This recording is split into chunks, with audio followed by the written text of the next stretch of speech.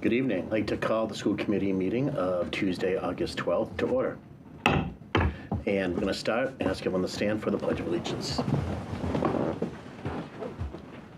I pledge allegiance to the flag of the United States of America and to the republic for which it stands, one nation, under God, indivisible, with liberty and justice for all. I continue with the reading of the mission statement. The vision of the Wakefield Public Schools is to graduate students who are confident, lifelong learners who are respectful and caring members of their community. Our mission is to prepare students for college, career, and community by providing a rich and challenging curriculum, high-quality instruction, and educational experiences that meet their individual needs and interests. Next on our agenda is public comment. There's no one here in the studio. Don't know if there's anyone online.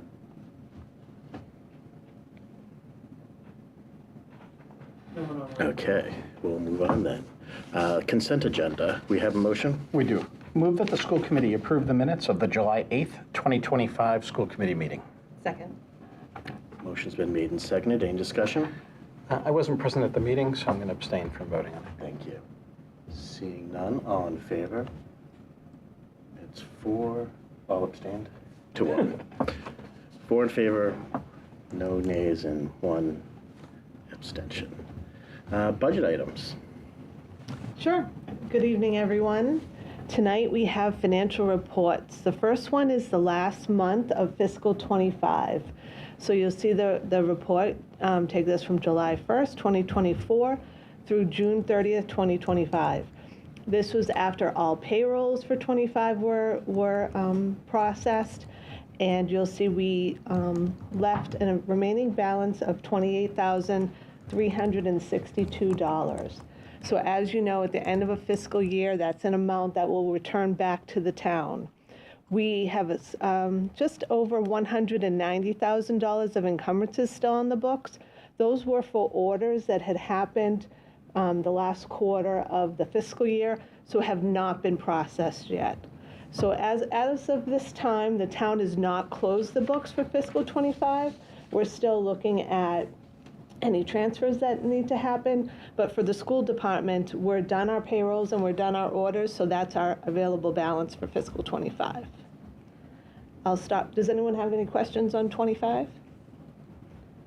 And the next report then, we'll also talk about grants for 25. As you see, we spent all the grants for fiscal 25, which we must do, because any grant not spent for fiscal 25 must be returned to the state or the feds, wherever that grant had originated from. The revolving accounts, you'll see that as of June 30th, those were balances. Now, still, there were some processes that need to happen for some encumbrances that need to happen. There's still about $150,000 worth of encumbrances there. So our balance was just about $4.6 million. Now, that still includes circuit breaker, so that comes in quarterly, but that will be spent with out-of-district costs that happen every month, that happen over the summer. So the next report was for July. So that's the first month of fiscal 26. Now, July is the month that really has the least amount of financial activity in the district. It's paying for summer school. It's paying for salaries for people who work year-round. But this does not include anyone working, obviously, in school because school is not in session. So right now for July, that you'll see that we spent just about $1 million encumbering utilities for the year and doing just over $500,000 worth of payroll for that month. We don't have encumbrances yet for July because that will happen once school starts. Once everyone is on the payroll, then we will encumber all the salaries for the rest of this fiscal year. So you'll just see for this, that was just for July. Then our grants, we are in the process of applying for all of our grants, both entitlement grants and anything that's competitive. So we're budgeting. We budgeted what we received last fiscal year. That's what we know. But as we're paying attention to what's happening on both the state and federal levels, we anticipate these amounts might be reduced. But right now, we got notification from the state that all of our entitlement grants will be funded. We just don't have the final amounts yet. We probably won't know those amounts till October. And the last page for this is just the revolving accounts. Now, really, over the summer, the only revolving accounts that are really doing any activity would be summer school, and then Wakefield Academy is operating a pretty successful program over the summer. But that's it for July. Does anyone have any questions? Good. We have some payroll warrants to approve. Move to approve payroll warrants 50, 52A, 52B, 2, and 4 as presented. Second. Motion's been made and seconded. Any discussion? Seeing none, all in favor? And it's unanimous. Thank you. Thank you, Christine. Dr. Lyons. Thank you very much. Appreciate it. Good evening, everybody. First of all, in regard to my comments this evening on the agenda, item B, the policy book section I, is going to be moved to our next meeting on the 26th of August, as well as the bullying prevention and intervention plan updates, right? So we'll have more information forthcoming on those. With permission of the chair, I'd like to take items out of order. Sure. I'd like to invite Joe Belanger up to the table to give a human resources update. Good evening, everyone. Good evening. So this time of the year is pretty busy in HR. We're kind of wrapping up filling the last of the positions that we have open, and also in the process of onboarding a lot of our new hires, doing some transfers, people that are moving around to different schools. But right now, we're pretty much on target to where we typically are. Probably seeing a few more applicants than we did last year at this time coming in for different positions. It does vary a lot by position. For instance, we had an IT position open that we had close to 50 applicants for. Some of the more specialized positions are going to see fewer applicants, but so far everything's right on target. In fact, I have a list that this morning was printed, and I've already got about 8 or 9 items on this list crossed out just over the course of the day today. These positions were filled, so the principals are busy interviewing candidates, and this list will continue to change over the next week or two as we fill those positions. It's always the chance we get some last-minute resignations, and we got to post those. So we try to keep up with that as quickly as possible, getting those positions posted. Right now, we're looking at very few teacher positions open, and overall, about 96% of our positions are filled at this time. So, not too bad. Any questions at all? And Joe, all the open positions are available on School Springs and on our website. Correct. So if anyone's interested. All the positions get sent out via email to all of the current staff to apply internally, and then they're all available on School Spring directly through the school website or directly to School Spring. Is 96% of positions filled typical for August? Yeah, and what's great is it's really spread out, so it's not like there's not a big impact on one school. Those positions that are open right now are kind of spread out amongst all the schools. Nobody's really in a tough position at one school. The positions are equally spread out, and these are all positions. So we're talking cafeteria, custodian, teachers, paras. Kind of spread out amongst all those positions. Thank you. Okay. So just, Oh, Stephen. Oh, I sort of off topic. I saw that there's a bit of a hiccup with the transfer and payroll systems earlier. Was it payroll where some people were affected because their email address wasn't the same? Am I thinking of the same? We just switched our accrual and substitute tracking Sorry. system. Yeah. Thank you. That one. So we've been using Frontline Yeah. system for it's how we track all of our accruals, people being out sick, and then also our substitutes can apply to, for those jobs whenever someone's out. So we switched to a system called Red Rover, and they've been great to work with, but we basically pulled all of our information out of Munis, which is our payroll system, to provide them with all the data they needed to upload into the Red Rover system. and some of the emails, specifically people who are married, maybe started here 10, 15 years ago, and in that time, their last name changed at some point and their email didn't get updated. Right now, it's about 5 or 6 people that we had to go back and just switch their email over to their correct email that they currently use today. That's great. So that got squared away. Yeah. Nice. I appreciate the proactive communications. It feels like you're really on top of the hiccups before maybe people are seeing them. So Yeah, that's what we try to do. Yeah. I'm sure it's appreciated.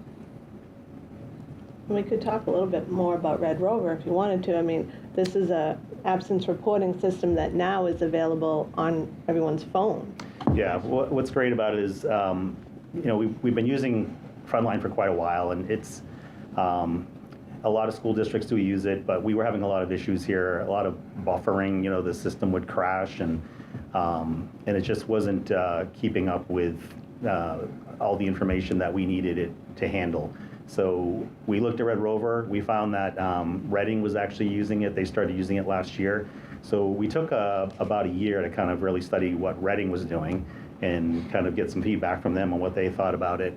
And the feedback was great. The company is a great company to work with. They've pretty much done anything we've asked of them. They're willing to modify the programming to suit our needs. So it's nice to have a smaller company that's willing to do that. So we started testing it in May. We had about 25, 30 of our employees start using it to put in their vacation days and sick days, and it has a workflow system to it, so that goes to their supervisor to be approved, and then all that information comes back to us. It tracks things like, which Frontline didn't, FMLA, so when someone's been out for 5 days, I get an email telling me that this person's been out for 5 days, and they also get an email letting them know that they may be eligible for FMLA, so it's going to allow us to track things like that a lot better. And then it also does other things that Frontline didn't do. We probably one of the biggest headaches for payroll is dealing with the amount of substitute pay that we have to deal with. And it's currently, when I first got here, it was paper timesheets. So every sub every day filled out a paper timesheet, and then they all got stacked up and sorted and entered into the payroll.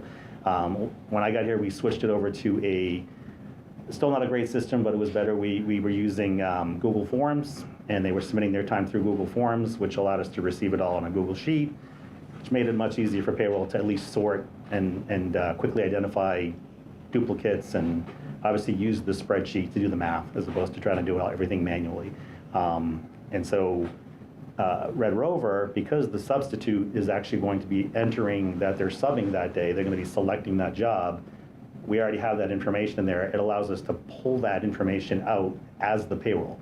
So they don't have to fill out a timesheet anymore. They don't have to submit anything through a Google form. Once they've accepted the job and they've taught, and the clerk in the school verifies that they did it, we're going to be pulling that information out for the payroll. So it's going to save a lot of time in processing payroll. Nice. That's great. Any other questions or comments? Yeah, just, it might be more for superintendent, just, with late in the year, right, with, in the summer, as far as still having open spots, but you never know, last minute resignations. Are there any restrictions around teachers internally applying for like an open position at another school this late in the year? Or is it just open that they can just apply and they can move if they prefer to be at another school and there was like, say, a second grade position open? Can they? Yeah, they can. So we have that happening now. We have some para positions that open up that someone might want instead of the one they have, and certainly makes it a little more challenging on the school they leave because now they've got an open position they didn't plan for. But it's not a lot of people. It happens a little bit. We probably will see less than 10 of those in the month of August. That kind of movement around. A lot of times they're trying to fill it even within their own school. But at some point in time, that vacancy, because of a resignation, has to be filled somewhere along that line externally. So that we are collecting those external applications too, so that we can fill that whatever the vacant position lands. It's going to land somewhere. We have to fill that position. So. And just to add to that, Doug, I don't know if you wanted to, just in terms of contract language, we're required to post internally for 5 days, 5 days internally. So, and then I can't think of a situation where we've blocked any. There's no blocking. They can apply and then interview and go through the process. It's not like a guarantee, but anybody's open to apply up until Sometimes August 27th. when we get, when the calendar gets short, we have on occasion had to reach out to the WEA to say, we're posting this, can we shorten the window? Because we're just going to be starting school. We just need to Right. get a teacher hired. And they've been very gracious, and they've worked with us on that, But, when we have a little time on the calendar, we attend to what's required, which is, internal posting, and then we go from there. But Kara, which her description of the process is spot on, But Yeah, and one of the other things that pops up every year is we always have long-term sub positions we have to fill. We're going to have people that'll go out on leave for parental leave, surgery, whatever it may be. But every year we have anywhere between 15 and 30 people that will go out at some point in time on leave. Thank you. Dr. Lyons. thank you, Joe. I appreciate it. Joe. I think I can add to the reporting as well. Positions that we're filling in terms of administrative positions that have been filled, we let the committee know, but we can let our viewing audience know as well that we've filled. We've hired Shannon Blacker to be the interim assistant director of special education. We've also hired Erin Manzi to be the interim assistant principal in Shannon's move, right? So that's kind of the fill there. Principal. Pardon? Principal. Aaron's the principal. Yes, Yeah, not yes. assistant. Did I say it? Yeah, I know what you meant, but just for the viewing audience. Thank you. Yes, the interim principal Yeah. of Doyle. And we're super pleased to have these leaders to be able to move internally. We've talked with the committee, and we've kind of talked here on camera, I feel like, for some time about our curriculum leaders and kind of their potential to take on administrative responsibilities and leadership positions. Do you want to say a little bit about Woodville? Sure, yeah, absolutely. I think she's kind of a familiar face at this point because she did some interim work in the spring, but Marguerite Augenbraun she was our elementary STEM curriculum coordinator, so some of you might remember her from the sticker contest, STEM review. So she had taken on the role, some interim responsibilities in the spring at Woodville as assistant principal.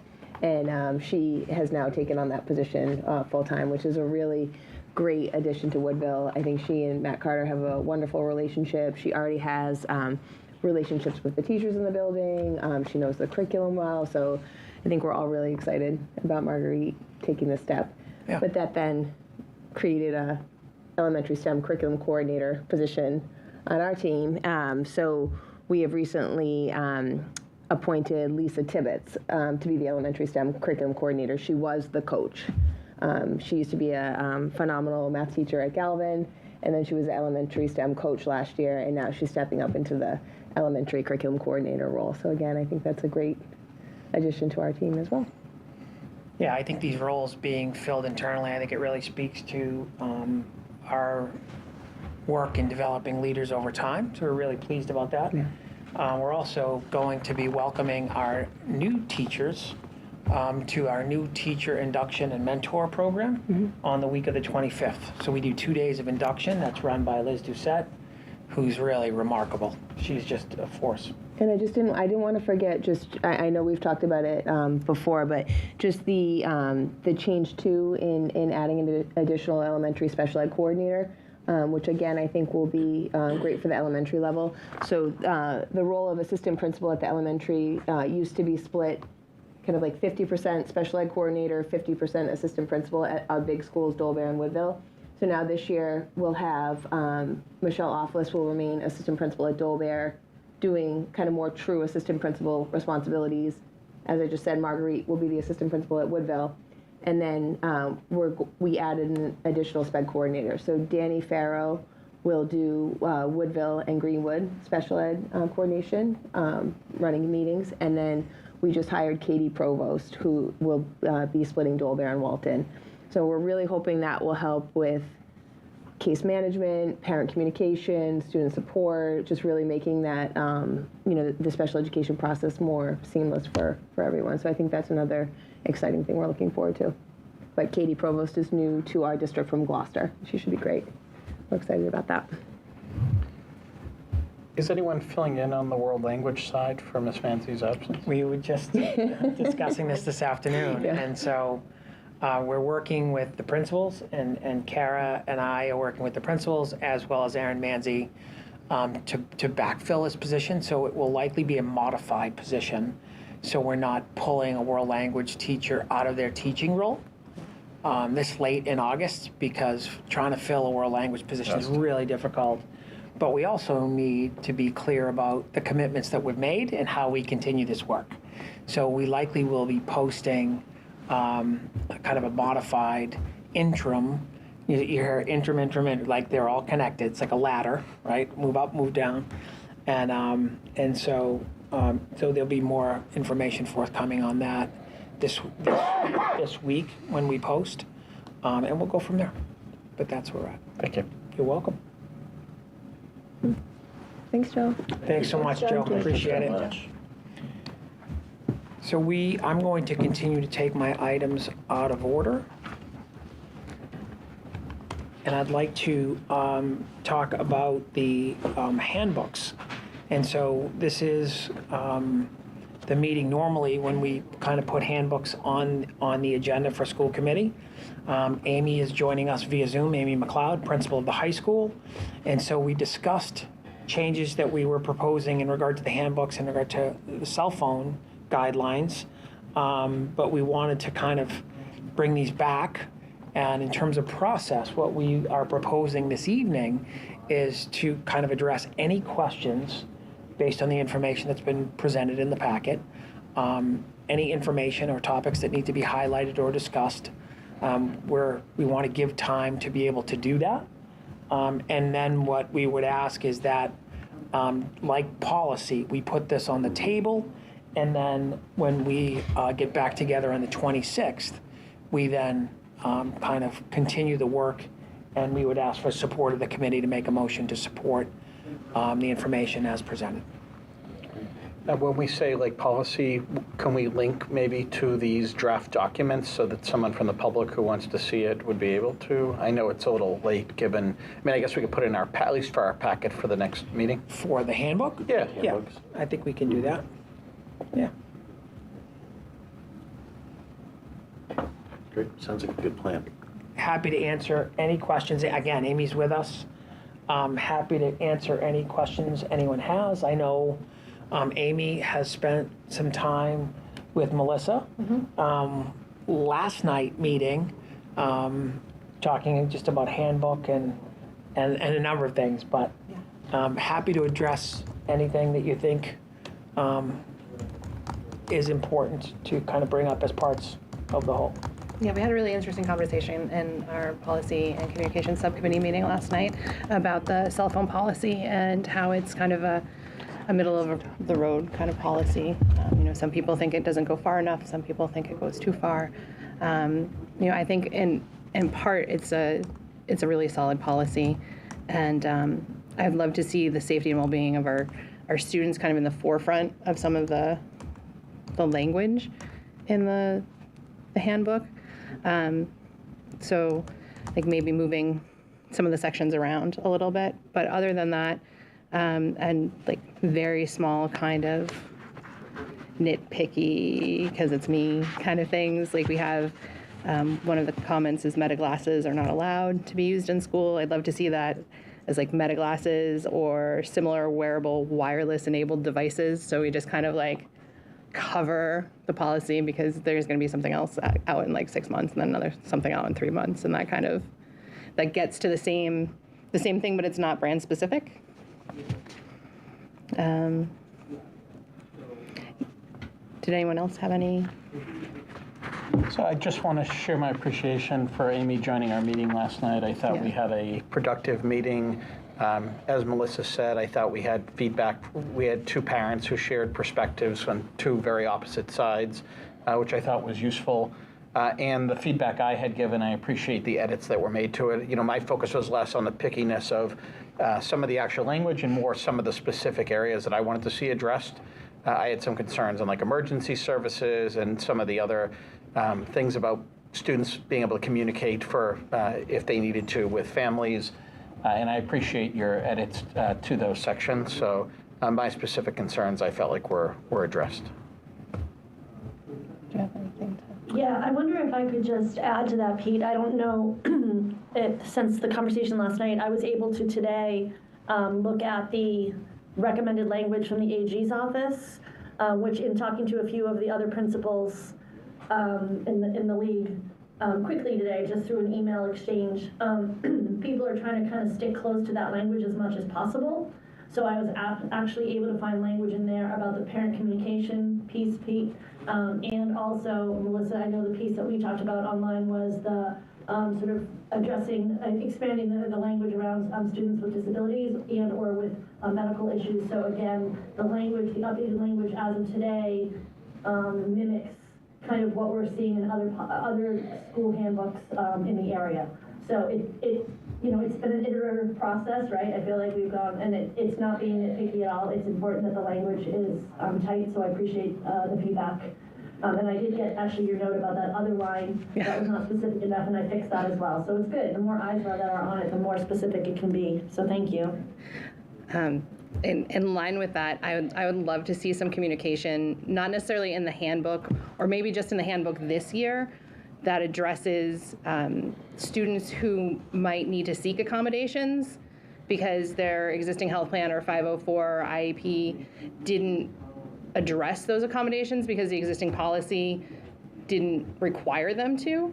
So I can imagine a spot where families are like, well, they've been using the cell phone as an accommodation, but it's not a notarized accommodation. So just like some kind of steps of, how to seek options for accommodations would be, I think that would be helpful for the families that find themselves like, oh, this is going to be different for my kid. How can I move forward and make sure that they have access to the things that they need access to? Sure, and we talked about that with the special education staff a little bit. So right now, there are no accommodations at the high school currently that require a cell phone, none. There are some health plans, and those come up when we have the health plan meetings like immediately, right? Yeah. Because when you're talking about a student with a health situation, the questions around that are sort of, how do we better meet their needs? How is the health plan addressed? So my worry, Melissa, in being too specific around that is that it speaks to one population of students and not another. I worry that it speaks to students who maybe have other issues that aren't addressed under these populations. And we tend, this is sort of like a blanket kind of piece. I do want to add something in there about expanding that piece around who is communicating that information and where it goes to. So there is an added line in there today around, so the special education liaison, guidance counselor, and our health office will notify appropriate health staff. Office, yeah. So I mean, those point people. Yeah. Yeah. And so I think the reticence on the part of the special education teachers is that, this is an accommodation that should be used very carefully, right? When it's needed. Not because the change is going to be hard for some students, and it is. It's going to be hard for a lot of students. And P.S. it's going to be hard for adults as well, because we're making a commitment to stay off our phones, which is going to be very difficult for some. So I'm reticent to put too much language in there that's going to lead us down a slippery slope. But I hear you. So we can certainly look at that piece of it a little bit more as well. Yeah, and it's not something that needs to be in the handbook for years to come, but I think in the transition year it might be helpful. So would it, to jump in on that point, would it be, I assume like the steps to sort of seek an accommodation are generic in nature. I think you talk to the same people and you sort of go through a process, whatever that accommodation would be. Could we just call out where that exists within our policy currently? Or, you know what I mean? Like say, if seeking an accommodation, that would be found in this place. Well, I think you would reach out to those people that you discussed, and they would either reconvene the team. Because, there are probably, so I could see that if you're going to put an accommodation like a cell phone use, that could be considered assistive technology and funded by the district. I think what Amy's saying is we don't have anyone right now that says, or at the high school right now so there are probably going to be things that come up related to anxiety or health, where it wasn't documented to the IEP, and they might want to explore access to the cell phone as needed. they would reach out to their special ed coordinator, as Amy said, or guidance counselor who might run the 504, and ask, can we please reconvene the team to just discuss this potential accommodation? And then that person gathers the team together, kind of weigh all the information, and then if it's agreed upon, yep, that makes sense, it would then be added to the IEP or 504. If that clarifies. Yeah. So I think what you put, just in my opinion, I think what you put in there gives the access point to start the process, if it's needed. I also think something that's important to note is the difference is, the comments that Amy made. Currently, there's no one that needs an academic accommodation for their phone. But that doesn't mean that someone might not need support of their device for a medical reason, right? And so that's, and this is something that, whether this change is initiated by the administration at the high school or by the state, which is currently happening in parallel, right? We're still going to need to work through these iterations, right? And make sure people know that we will provide what they need for their support, especially their health, right? Their physical health, their well-being, to best support them, right? And so I know that there's some kind of anxiety about this change, and I think Amy's spot on. This is a change that we're going to need to learn by doing.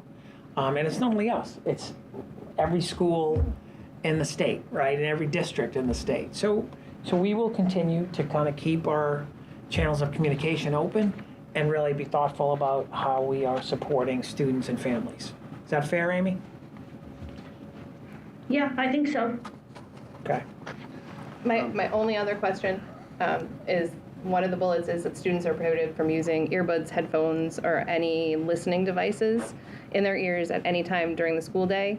And then the paragraph below it gives exceptions for cell phones, but not for earbuds or headphones, and I don't know if that's the intent, or if, students in the classroom are going to be able to use earbuds if they're doing work on their Chromebook or. So so again, I think the language in there is supposed to,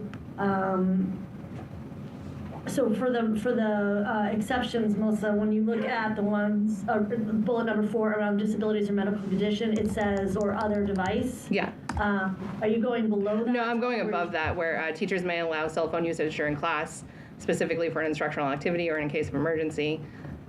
Yeah. I don't know if that should just be personal electronic communication device usage, or like something to just reflect that the previous statement that prohibits earbuds and headphones can also be used in, the exception can apply to those as well in the classroom.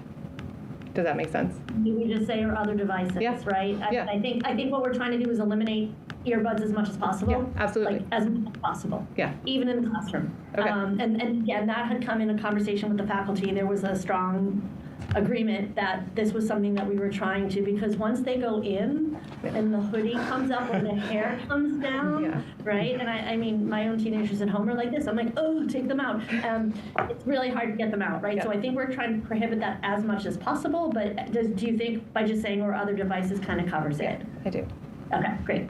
Yeah, so. And I think the piece you're going after, Melissa, is more I'm going to take world language as an example. Like, you're doing something in world language and it requires listening. Well, you actually are supposed to bring headphones for that and just make sure that that specific situation is covered. Again, we don't want them taking their personal earbuds out and listening to music on their phone or TikTok instead of, paying attention in class. Right, but what you're describing is something directed by a teacher. Correct, Right? exactly. If directed by Yes. a teacher, then that's Yeah, yeah. one thing. If not, then the expectation would be that you wouldn't, have devices in your ears, right? That's exactly And that's what I was definitely what I interpreted, but it's definitely not what it says. So I'd like to see that it says it, not just me interpreting it that Got it, way. got it. Because as literal as I am, there's other people even more literal than me. That's a good point. Any other Thank you, Amy. I really appreciate it. comments, Yeah, questions? no worries. Amy, I was wondering if you could talk a little bit, because we've only talked about the cell phone policy, but the acceptable use of AI and what's being proposed there. I know it's a big conversation at all levels of education. We're talking about a lot about it at my own work as well. So anything to kind of share just for people who haven't had a chance to review this? Yeah, I mean, this is language we brought to the school committee this past year. I think Melissa and I were talking about that last night. I think it was January, maybe? Because I think we relaunched it. So this was language that we talked about at school committee, that we shared with families and students at both the Galvin and the middle school mid-year. And the language evolved from, again, conversations that really started in classrooms with teachers, in PLCs, and then department meetings. And then there was an agreement that we would kind of work on language that would be inclusive language to help students see AI as a useful tool, right? And so talking about when it is okay to use it, how do we teach students to use it responsibly? We see students using it from everything from, doing research, doing image searches, helping to design. It can do all kinds of crazy things that I don't even understand half of the things that it can do. So when it's being used for sort of a supportive instructional tool versus when it's being used to cut and paste a 2-page or 3-page essay.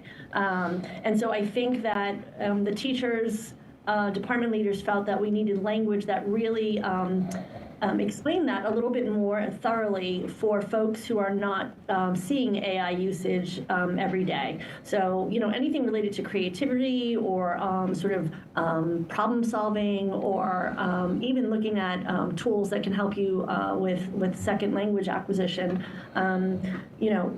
as opposed to plagiarism, fraud, whatever, using other sources without citing your work. And so these areas just lay that out. Yeah. So last night at subcommittee, we actually had the conversation about whether that should sit in the handbook or that should be something that we just sent out. I had a quick conversation with Megan Webb this morning. We both agreed that popping it in our handbooks made more sense. Because it would be in one place where it goes out every year. And so again, this is something that teachers will start the year again, talking about in classrooms and really helping to build positive uses of AI because it's not going away. So, Yeah, no, it's definitely not. There's lots of good uses of it. So There is. I really appreciate you including it in the handbook or the technology plan. Either one would have been great, but I think communicating it out to students and families yearly is helpful. Yeah, I do too. It's a good idea. yeah, we agree. Thank you. Other questions, comments? So the chair's asking, as Doug has mentioned, that we be prepared to vote on the handbooks on the 26th. So we'll be doing that next meeting. Thank you, Amy. Thanks, Amy. Thank you so much, Amy. I appreciate it. Yeah, thanks. Good night. Good night. So just comments and updates. August is one of our busiest months, right? And so it's always a little tenuous in that there's a lot to get done and we're working on a lot, as you're hearing, right? It's not just hiring. There's kind of many things in play. And so we're super excited about it and we're super happy when students finally arrive, right? And so tomorrow is our kind of our welcoming of incoming students here at the high school. So I know the administration is really excited and pleased about that. That's in play, but there are so many other things in play as well. And so we have our marching band that's in. It's almost like they never leave. They work so hard. Our athletes are starting to come in. Coaches are in, which is great. And so just so that our viewing public knows, our first day for students is September 2nd, and our first 2 days for staff, new staff will be ahead of our first days. Our first days for veteran staff will be August 27th and 28th. And on the morning of the 28th, we will do an all school welcome. We will have everybody in the auditorium at Galvin. It's a pretty tight agenda. We kind of welcome everyone. There'll be a coffee ahead of time. We'll have a welcome, and that's always an exciting time for the administration. And so that's kind of our beginning. And so happy to answer any questions that anyone might have on those items. No? Good. Just continuing on. I was asked by town council to be part of the screening committee for the new town administrator. And I know we have interviews that are happening, I think this week and next.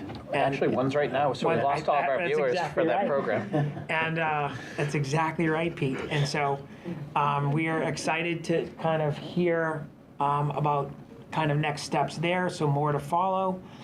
We also think that whomever is selected, as soon as they're selected, one of the things that is going to be a charge, just getting it going straight away, is going to be the budget, right? So we'll kind of get going right away on that, and also supporting the person in their new role as well. We're excited. And so also the marching band this past weekend was invited to perform at the Xfinity Center. And so they are a remarkable group. So they pack up the trucks. It's like they will go anywhere and play. And they pack everything up and they travel down to the Xfinity Center and they performed, which is terrific. You know, and the kids are just so flexible. And I can't say enough. I feel like I say this every year, but Tom Bankert just gets better and better and better. And his team just works so well together, and they kind of give and take beautifully. And so that's happening. We're going to invite, for upcoming topics for school committee, we're going to invite Mike Murphy in to talk about athletics in the start of the year. That will likely be our first meeting in September. And so we're pleased to be able to talk about what's happening there. And so in addition to those things or topics that we're going to be kind of putting on agendas for, is going to be our school improvement plans and district goals. And that's going to be a direct byproduct of it. And I don't know if Kara wants to weigh in here. We've had 2 days of administrative retreats, and we'll have 2 more days upcoming. But we met on the 7th, and today we met on the 12th. And so we met, and we kind of are working on the first meeting. I thought was Kara did an amazing job in kind of really thinking about our goals and thinking about, instead of us dictating back to the principals what we think should be priorities, we're really asking the principals and our curriculum leaders to start to have a greater voice in kind of coaching up, instead of just having the information or the kind of what will be the priorities be kind of top down. And so so we've structured our first administrative meeting where we've given time to, and kind of topics to the administrative groups to talk about what are the things that we should be focusing on in kind of buckets, right? And so if we're looking at special education, if we're looking at hiring and retaining staff, if we're looking at leadership, if we're looking at curriculum instruction, what are the things that we should be looking at and kind of taking a priority on? I don't know if you want to add anything. No, I thought it was really good discussion. We did, also take time to go back, and just always good. The school year moves so fast to just kind of see how far we've come to. Had time to really just highlight some of the things that people feel proud of and the successes of the district. Just we could maybe compile some of those responses for a future meeting just to go through. But it was nice in the areas of growth, what we need to work towards as a district. It was nice that everyone was really on the same page with a lot of areas of growth. There were no surprises. So I think it just speaks to how closely the team is working together. And then we had our curriculum coordinators in today to help us kind of flesh out just plans for the year. We're trying to be really clear with we're calling it like our curriculum and instruction calendar. So we have for the year everything clearly mapped out, when meetings are happening, topics, ILT, curriculum visits, whatever we have planned, that it's on a document that's visible and transparent so everyone can plan accordingly, because we all know how we plan our lives to the minute, and it's helpful to have a lot of dates. So we were working on that together today too. So yeah, it's been a good start.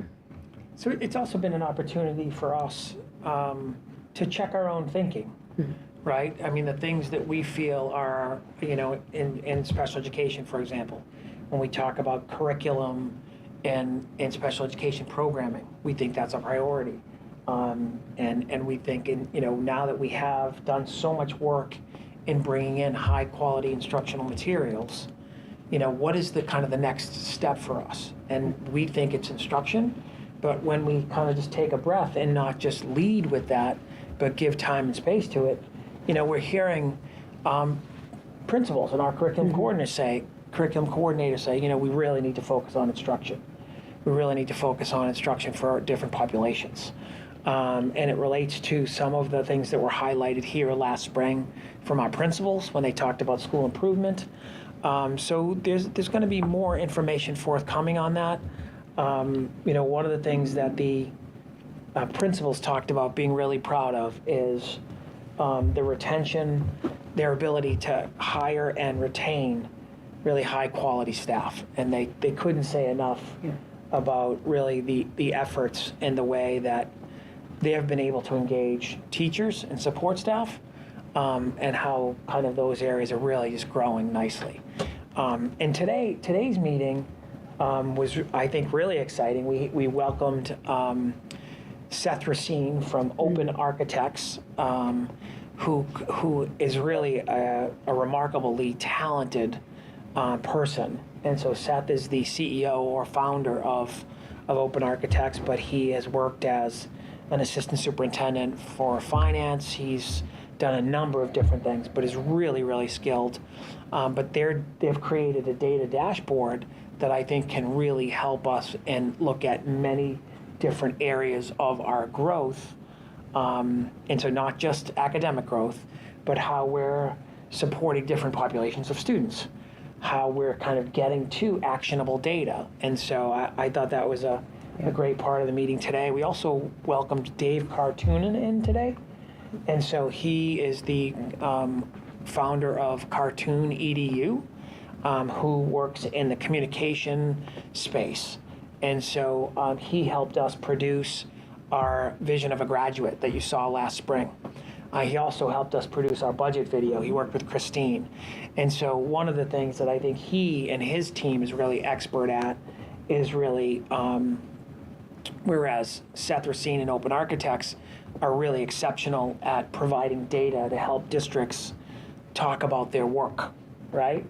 I think David Cartoonen is really expert in thinking about how you might display that work, right? And what are people looking at and what are they not looking at? The old ways of just sending out an email thinking everyone's going to read it and then be informed equally is not sufficient. That's a miss. And so we're really trying to be thoughtful about, we have a superintendent, for example, we have a superintendent's podcast. Is that enough? I don't think that it is. I think we need to think more. But, I just want to highlight, there's a lot of irons in the fire and a lot of things that we're just really, really pleased about. And we're also going to have an update in early September on the new construction, which is, since the last time you've been in the building, and kind of the first building, windows are being installed, mechanicals are being installed, so we're making really nice progress there as well. So a lot of irons in the fire. Those are some things that you're going to see upcoming at meetings. Happy to take any feedback or questions that you have, or any thoughts you might have on future agenda items. Go ahead. Just wondering if we could give the public an update on how the school choice lottery went. Thanks, Pete. I appreciate that. Yes, so we, in our July meeting, was it June or July? June. In our June meeting, school committee voted to support school choice at the high school with 2 seats at 9, 2 seats at 10, 2 seats at 11, 2 seats at 12. It looks like we have, we have 3 students that have applied, so no lottery was needed. 3 students have applied at different grades, and they are in the process of applying and getting information to our guidance department, and we're supporting them as we're trying to get them squared away and enrolled. So of the 8 seats that we had available, we've filled 3, and we're excited at the opportunity to kind of learn by doing. And so we have 1 grade 9, 1 grade 10, and 1 senior. So I can give an update probably in October to let you know how that is going. And we hope that we can learn from that and think about how we might either continue in the high school footprint or expand that over time. And then I'm just trying to remember, I think you had said the 5, whatever's left, those go away, they don't, we can't leave them open for other people who may apply later in the school year. Correct. We open our enrollment dates, right? We have one lottery date and a second lottery date for a follow-up. And then their enrollment is closed, Yep. and then we move on. Correct. So I'm excited to hear that we have 3 students who will be joining us. Me too. And it gives us an opportunity to at least, trial this and Yeah. see if it's something that we want to continue to invest in and at what grades potentially in future years. Absolutely. Absolutely. I think, as time goes on, I think school choice is going to become more commonplace throughout the state. And I would rather get in early and learn by doing and really become good at it as a district. I would also love to pursue the opportunity around how we might support faculty to participate in the lottery as well. But thank you for reminding me, Pete. I appreciate it. Thanks. I was wondering, and maybe this is more for Kara, any update on the kindergarten program? Yeah, it's ready to go for next week. Yep, so we're running our early literacy academy again for all of our incoming kindergartners. Where everybody's kind of expert at it. I think it's our 5th summer, if I'm calculating correctly. Maybe 4th or 4th. 5th. Yeah, I think it's the 5th. So it's nice because we have just a nice routine going. We're still collecting confirmations from people, so I can get you the numbers at a later meeting. But thank you. pretty good participation. Almost all of our kindergarten teachers can participate, plus some other, we have some special ed teachers joining us, some paraprofessionals. All of our principals are usually there for most of the week. And everyone's pretty excited, so that should run again really well. It's just a nice opportunity for everybody to get acclimated to their new learning environment and meet their classmates and their teachers. So That's I can great. report out after, but it's set to start on Monday. Awesome. Thank you. Yeah. Any other comments or questions for Dr. Lyons? Pete? I think mine's more of a future agenda item, but I enjoyed when we welcome our new staff here and give anyone who wants to come visit us an opportunity to tell us what brought them to Wakefield, kind of a bit about themselves, so we can learn some of the new faces that are have joined the district. So I'd love to have that, is whenever they're willing to come visit us. Sure, Yeah. we can make that in. We have that tentatively on here, yeah, we can give notice, yep. We also have, just looking ahead to the next meeting, we were looking at the Quebec trip update, just to present that to all of you, and then the vote on the handbooks. And then we tentatively, at one of these meetings, wanted to bring back, we had just revised our district curriculum accommodation plan last year, so we had done a whole revision on that document. But we just want to make sure that that stays kind of out there and talked about, so we thought we would present that at, I don't know if I was too ambitious saying August 26th. I don't know if that will happen, but September maybe, that we can talk about the DCAP. And then school improvement plans, we started working on at our last meeting, so I know the principals will be coming back in September to talk about those. And then I think I mentioned this before, we're starting a social studies curriculum review this year, so we'll be updating on that process too throughout the year. So also, I think one of the things that is timely, Wakefield Academy, Yep. like athletics, will also do an update for Wakefield Academy in September, because there are some changes happening at the Boys and Girls Club, and it'd be nice to kind of close the loop on those two things, right? And just inform the public about kind of the work that we're doing, but also areas that are areas of growth and things that I think that we're, have worked to improve over time. Great. Thank you. Thank you. I appreciate it. That's it for me. Okay, chair's comments. There are not any since the chair's not here, and I don't have any.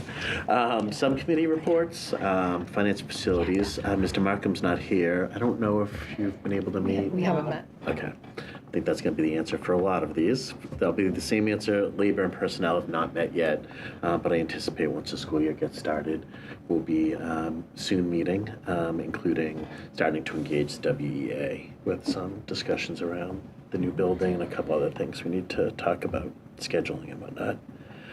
Stephen, anything with student services? No, and we have not met. We'll probably look at meeting once sort of the school year gets going. Great. Thank you. And Melissa, you updated us a little bit on policy and communications. Anything else to add? So we're moving forward on looking at our policies around student instruction, and that's policy book I. So hopefully we'll have that ready to be put on the table on the 26th and vote sometime in September. Great, thank you. Liaison reports. Anyone have any updates? Yeah, Pete. There was a Human Rights Commission meeting since we met last. There weren't a ton of topics to bring up, but I will say they're starting to get a lot of new people to join the commission, which is good. They were running very short on folks, and they've had at least, I want to say, 2 or 3 new people join over the past few meetings. So I think that will help them in some of their programming. Thank you. Any other updates? No, I expect to hear more from the Youth Action Council once school starts. Yeah, definitely. It's been nice to have a little bit of time off. Future dates and agenda items. Our next school committee meeting, as you've heard a number of times, is Tuesday, August 26th. Quite a few votes will be taking place then, but that'll be 7 o'clock here in the WCAT studios. Any other agenda items people like to request? You had talked about curriculum, Kara. I was wondering if we could get a pulse check. It doesn't need to be like super huge, but on the science curriculum. Sure. Because I know I think that work is It's underway. ongoing. Yeah, it's underway now. We're in the curriculum design development stage. So yeah, sure. Cool. Maybe I'll let them get started. You know, maybe if we could shoot for October, November on that, just to get a couple sessions in. Yeah. They've been working ongoing, but okay. No problem. I was excited to find out we were doing the curriculum in-house, and so, Yeah. be cool to hear how they're doing. Yeah, it's going so far so good. People have been working hard. Other agenda items? Okay. School committee comments. Pete. I was going to let Stephen go first, but I'll go. So Stephen and his family got to see AJR, and I'm so jealous, Stephen. I mean, we owe so much to Mr. Bankert and his crew. I mean, I talk about an opportunity of a lifetime for these students. Like, how many high school band students can you say got to go to their main concert venue and play with a band on stage? So. I can't say enough nice things about Mr. Banker, but that opportunity is something I think those kids will never, ever forget. And I was hoping Stephen would go first because Stephen was there. So Well, my kids weren't in the band, but it gave them something to aspire to. I have a number of sort of friends that have kids sort of that are on the fringes of that, and the amount of times I have heard, like, if I had known that this was marked, like, I would have signed up last year. And so, but I heard they worked on this for a long time. That maybe some people didn't know. Mr. Bankert knocked it out of the park when he sort of got the call. And it's all of that hard work that they put in year after year after year that puts them at the top of this list that this, this high-profile musical act would actually think to sort of reach out to them and have them take part. One thing that you don't necessarily see in sort of the social media posts is the amount of Wakefield people that were there. I was just struck. We went up on the lawn just to sort of stretch our legs, and I think we knew the whole quarter, top right section, top to middle, all these families and kids, and it was just it was awesome to see them all there supporting their students on a beautiful night. You couldn't have asked for better, and it was just picture perfect. And so I think for the kids to have that. And for the families to have that was absolutely outstanding. I thought I was just going for my kid's first concert, which it was insane. So my 10-year-old, I think, was going to burst out of her skin. And then having them be, so that was just awesome for us as a family, but then having them be early sort of in the school music program and having interest in that piece, and then seeing these kids that have this musicianship and this, effectively this stage presence, to be up there on the stage like that and in the aisles and all the people around us saying who are they, what town, and know and be able to go that's our town, it's Wakefield, it's our town. It was just a great night.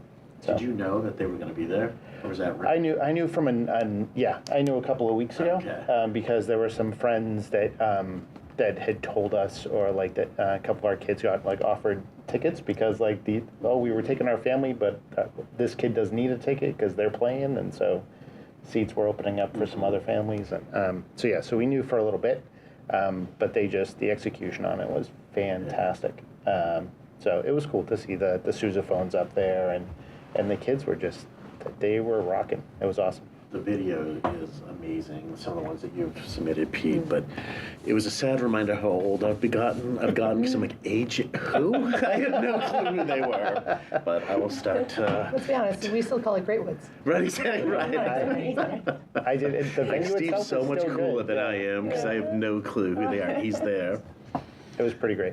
It was amazing. Yeah. The videos are great, and just the reaction of the fans. The audience was incredible. It was so cool. They definitely, as always, represented us incredibly well and themselves and their families. So, yeah. One other thing, not AJR related, that I just wanted to call a shout out to is this is the time of year when a lot of parent organizations within the district are sort of reaching out with communicating with new families in the district. That doesn't just happen at the elementary level, it happens at the levels, to try and invite kids back to school on a social level or make connections between students. And I just wanted to say that that's a community piece of our schools that I think is already in full swing, and I appreciate all of the time and effort that goes into all of those, like popsicle meetups and all of like the with music or however they do it. It's just it's awesome, and it's a great function.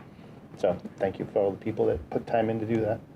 Definitely. Thank you. Pete? And you made me think, Stephen, I thought you were going to bring it up. WEF, who's a great partner of the district in helping with enrichment and programming, has their calendars available. I assume they'll be available at all of our school offices, but they're also available throughout most big businesses throughout the town. And they're It's Hearts, Honeydew, Reading Savings Bank, and the Savings Bank.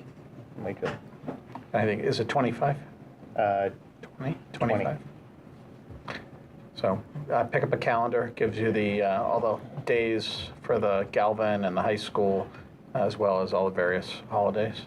And all the art from students. And all the art for the students. Best part of it. I recently found out they collect all of those shots of the art during VPAD, during the Visual and Performing Arts days, which is kind of cool. That is cool. Any other comments? Okay, seeing none, and motion to adjourn. Move that the school committee adjourn its meeting of Tuesday, August 12th, 2025. Second. Motion's been made and seconded. Any discussion? Seeing none, all in favor? Okay, good night. This is going to be